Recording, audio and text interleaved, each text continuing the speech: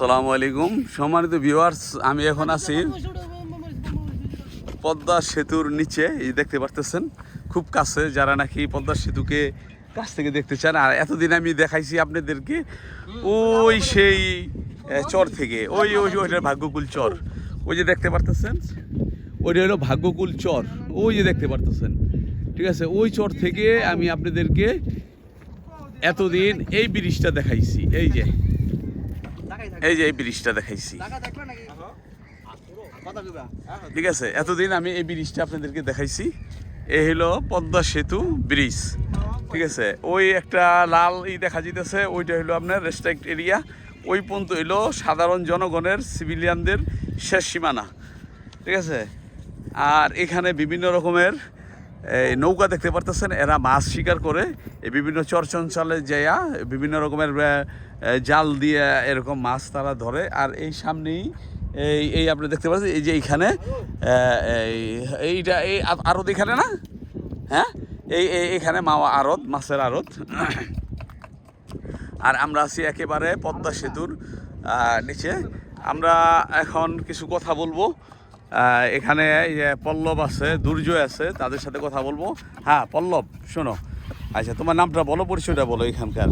আমার নাম পল্লব। একটু জোরে বললো, মেয়ে মানুষের মতো কথা কো।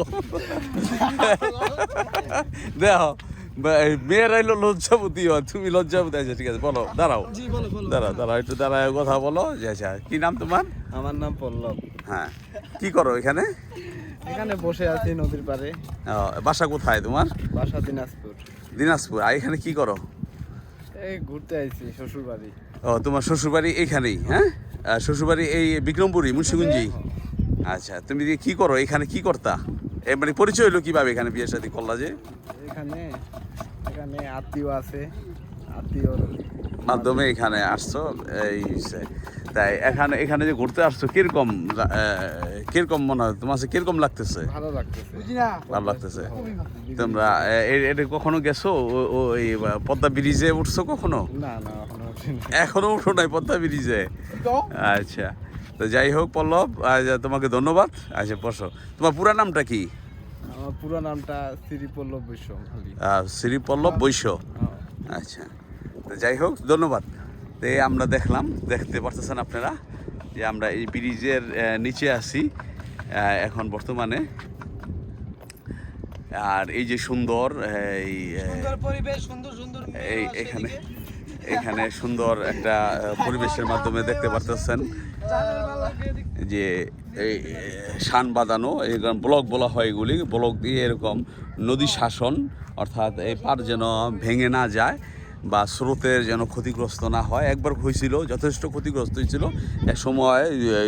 ছিল ওইখানে ছিল, আমি নিজে দেখছি একটা সময়। এই মাওয়া যে ফেরি ঘাট ছিল ওইখানটায় একটা সময়, যে সেটা ভাঙতে আজকে কোথায় এসে দেখছেন, আজকে অনেক দূর চলে আসছে। সেইটা আজকে এখানে আমরা এখন আপনাদেরকে দেখাইতেছি। এই সেই পদ্মা নদী, আর এই হইল পদ্মা ব্রিজ। হ্যাঁ, এই পদ্মা ব্রিজে এখন দেখেন এই বিভিন্ন রকমের পলি পরে এরকম চর জেগে যাচ্ছে। হ্যাঁ, চর জেগে যাচ্ছে, আপনারা দেখতে পারতেছেন। এই চরে এখন বিভিন্ন রকমের মানুষ, ওই যে এই জেলেরা মাছ ধরে ওই চরে যাইয়া, ঠিক আছে, ওই চরে তাদের আস্তানা করে, ওইখানে বিভিন্ন রকমের জাল দিয়ে তারা মাছ আহরণ করে, মাছ শিকার করে ওইখানে। আর আমরা একটু যাই সামনে, দেখাই আপনাদেরকে সামনের থেকে যে পরিবেশটা কীরকম। ব্রিজের কতটুকু কাছাকাছি যেতে পারি, আমাদের একটা এরিয়া আছে, ওই এরিয়ার পরে আর যাওয়া যাবে না, দেখতে পারতেছেন।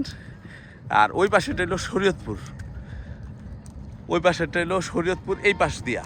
আর এই পাশ দিয়ে হলো মাদারীপুর, এই পাশে পড়ছে হলো মাদারীপুর, এটা হলো মাদারীপুরের অংশ। আর ওই ব্রিজের ওই পাশটা পড়ছে হলো শরীয়তপুরের অংশ।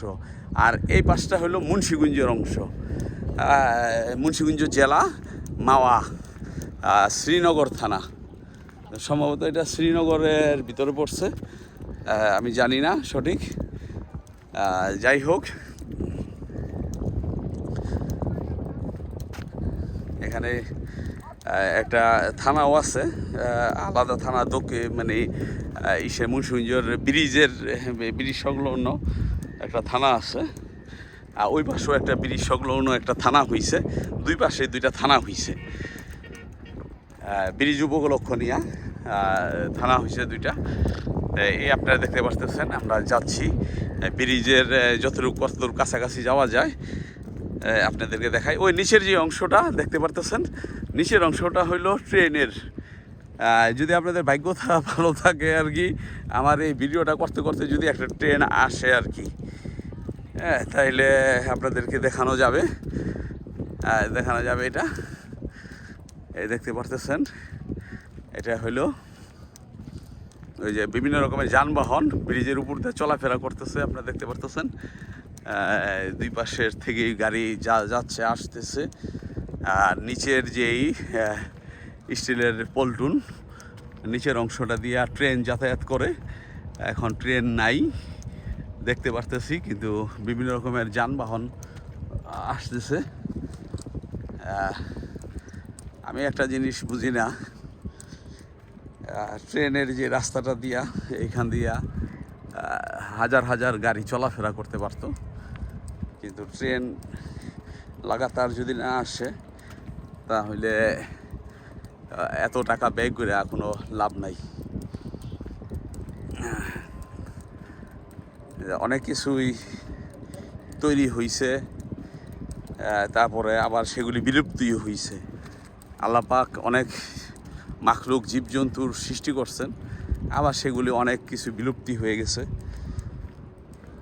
আল্লাহ পাক কী করছেন, এখন মানুষের যে আমার আব্বা টিএনটির সুপারিনটেন্ডেন্ট ছিলেন, তো এখন টিএনটি নাই, সরকারি সেই প্রতিষ্ঠান এখন বিলুপ্তি হয়ে গেছে, কোম্পানি হয়ে গেছে। ট্রেনের যেই প্রাচীন বা সনাতন যেই ধারাবাহিকতা, যেই যানবাহনটা, এটার মডিফাই হওয়া উচিত।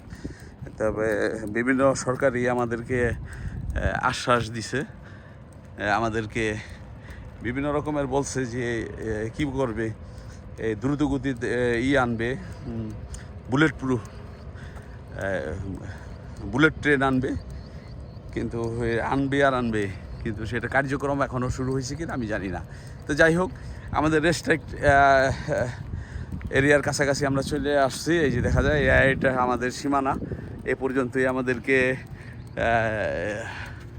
যাতায়াত করতে হবে। ওই পাশে ওই যে দেখতে পারতেছেন বড় বড় যে বিল্ডিংগুলো নিচে ব্রিজের নিচ দিয়ে, ওগুলি হইল দেখা যায়, ওই যে দেখা যাইতেছে ওগুলি হইতেছিল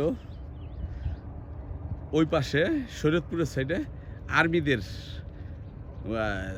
বসবাসের জায়গা, ওখানে তারা বসবাস করেন, তাদের কোয়ার্টার আর কি। দুই পাশে প্রত্যেক ব্রিজেরই দুই পাশে সবসময় আর্মিরা থাকে, হয়তো তারা এটা রক্ষণাবেক্ষণ, এটা তাদের প্রতিরক্ষার জন্য এটা তাদেরকে নিযুক্ত করা। তো যাই হোক, ভালো, আমাদের দেশের আর্মিদেরকে আমি মনে করি সীমানার দিক থেকে সীমানা দেওয়া দরকার, এবং পার্বত্য চট্টগ্রামের যেই পাহাড়ি অঞ্চলগুলি আমাদের নিয়ন্ত্রণের বাহিরে চলে যেতেছে, সেগুলিতে প্রচুর সেনাবাহিনী মোতায়েন করে সেগুলো আমাদের কবজায় আনা উচিত। ফেন্সি রাউন্ড মানে চতুর্পাশ ধরে আমাদের এরকম আর্মিদের দ্বারা এরকম প্রতিরক্ষার ব্যবস্থা করা আমাদের এই পার্বত্য অঞ্চলের পাহাড়গুলো। তো যাই হোক, আমাদের অনেক এবং কৃষির ব্যবস্থা করা। আর এই চরচঞ্চলগুলোতে জানেন আপনারা যে প্রচুর সাপ ছেড়ে দিছে, প্রচুর সাপ আছে এখানে। একটু এটা বড় হয়ে যেতেছে কি বলে, আমি একটু বড় করলাম যে একটা ট্রেন আসে কিনা, একটু ট্রেন আসলে একটু দেখাইতে পারতাম, কিন্তু দুঃখিত, এত অনেকটা সময় হয়ে গেল প্রায় 10 মিনিটের মতন হয়ে যেতেছে কিন্তু কোনো ট্রেনের আসার কোনো লক্ষণ নাই। আর আকাশটাও দেখা যায় ওই যে মেঘে ছেয়ে যাচ্ছে, জানি না মেঘ আসে কিনা। আমি এখানে আজকে আসছি, এই জাকির ভাই আমাদের ওই ঘাস নিয়ে আসবে, ঘাসের কাটিং, তো ওনার আসতে একটু দেরি হবে, তাই আমি ভাবলাম যে এই সময়টা একটুখানি কয়েকটা আপনাদেরকে দৃশ্য তো একটু মনে যেন খোরাক হয়, এর জন্য কিছুটা শান্তির জন্য, প্রশান্তির জন্য আমি এই দুইটা দৃশ্য দেখি নিতে পারে কি না। তো এটা একটা বাংলাদেশের ভিতর খুব নাম করা একটা একটা সৃষ্টি, পদ্মা সেতু। তা সেই পদ্মা সেতুটার যতটুকু সম্ভব এই যে রেস্টেক এরিয়া যে দেখতে পারতেছেন, এটা হলো শেষ সীমানা আমাদের। এরপরে আর যাওয়া যাবে না, আমাদেরকে সিভিলিয়ানদের আর যাওয়া যাবে না। তো এখন এই যে আমরা ওই সীমানাটা ধরেই আমি এখন যাচ্ছি আপনাদেরকে দেখানোর জন্য এর পদ্মা সেতু আর এই পদ্মা নদী, ঠিক আছে। আর এই পদ্মা সেতুর কারণে এই যে আপনি দেখতে পাচ্ছেন এই যে চর জাগছে, এই আমার সামনে যে চর দেখতে পাচ্ছেন এই চরগুলো জাগছে। তা এখানে ভাই আসি কথা বলি।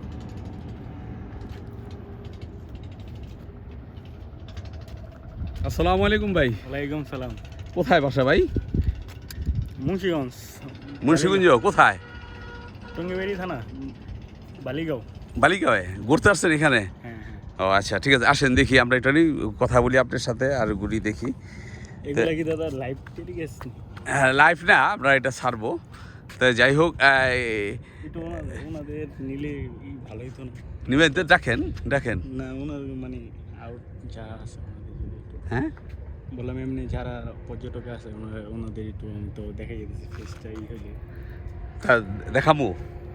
আচ্ছা ঠিক আছে, তো যাই হোক আপনি আসেন। আচ্ছা যাই হোক, তো এই আপনি আসছেন, এটা কি এই প্রথম আসলেন নাকি আগেও আসছেন? আগে আসছেন, হ্যাঁ। কীরকম আপনার কাছে কীরকম লাগে এইটা এই করতে? হ্যাঁ, মুন্সিগঞ্জ একটা ঐতিহাসিক পদ্মা সেতু, এখানে ঘোরার পর্যটকরা আসে, সুন্দরভাবে স্থাপন করে মানুষ ঘোরার জন্য আসে। হ্যাঁ, ভালো ওয়েদার, সব কিছু এভরিথিং সুন্দর। আচ্ছা সুন্দর, ধন্যবাদ। কী নাম আপনার ভাই? দিগন্ত। দিগন্ত। আচ্ছা দিগন্ত ভাই, এই আপনি কি বালিগাঁওয়ে আপনার বাপদাদার বাড়ি? জি জি, দেশের বাড়ি বালিগাঁওই, হ্যাঁ। আচ্ছা ধন্যবাদ দিগন্ত ভাই, ধন্যবাদ আপনার মূল্যবান এই সুন্দর কথার জন্য। ধন্যবাদ। আসসালামু আলাইকুম।